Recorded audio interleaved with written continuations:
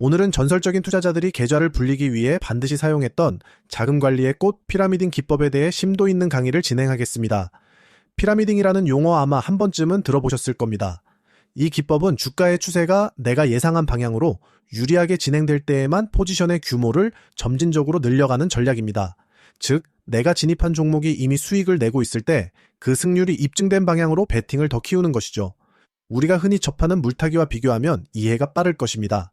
물타기는 주가가 하락해서 손실이 날 때 평균 단가를 낮추기 위해 더 사는 행위입니다. 하지만 피라미딩은 이와 정반대입니다. 주가가 상승해서 이익이 나고 있을 때 비중을 늘립니다. 내 판단이 맞았다는 것을 시장이 확인해 줄 때만 포지션을 키우는 것이 핵심입니다. 많은 투자자가 물타기의 유혹에 빠지는 이유는 심리적인 편안함 때문입니다.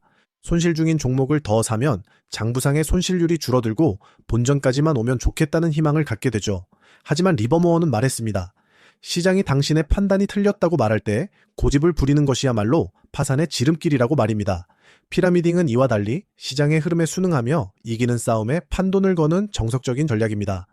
이 전략의 가장 큰 장점은 처음부터 큰 금액을 베팅하는 몰빵 투자를 피하게 해준다는 점입니다. 처음에는 작은 시험 매수, 즉 파일럿 매수로 시작해서 흐름을 확인하고 판단이 옳았을 때만 단계적으로 매수를 늘려가기 때문입니다. 이를 통해 리스크 관리를 병행하면서 수익을 극대화할 수 있습니다.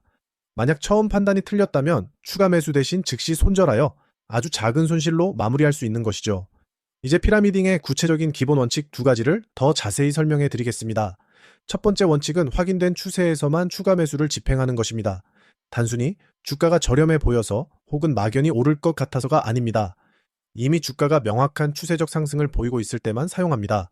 예를 들어 주가가 차트상의 중요한 저항선을 뚫고 강한 에너지를 보여줄 때 첫 번째 진입을 합니다.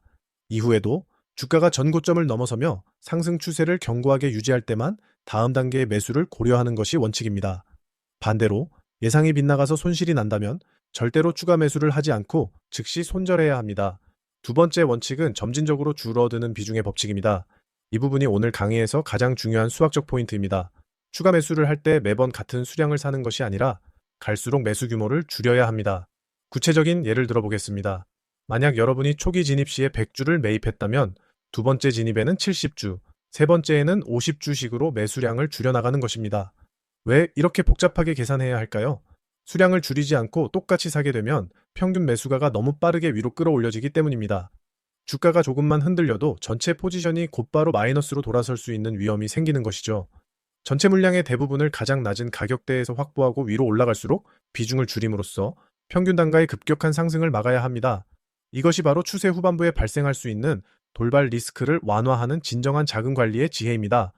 자, 지금까지 피라미딩의 정의와 물타기와의 차이, 그리고 가장 중요한 두 가지 핵심 원칙을 살펴봤습니다. 그렇다면 실제 차트에서 이 원칙들을 어떻게 적용하고 손절선은 어떻게 유기적으로 관리해야 할까요? 이어서 실제 사례 이미지와 함께 리스크를 철저히 방어하는 손절 전략을 상세히 다뤄보겠습니다.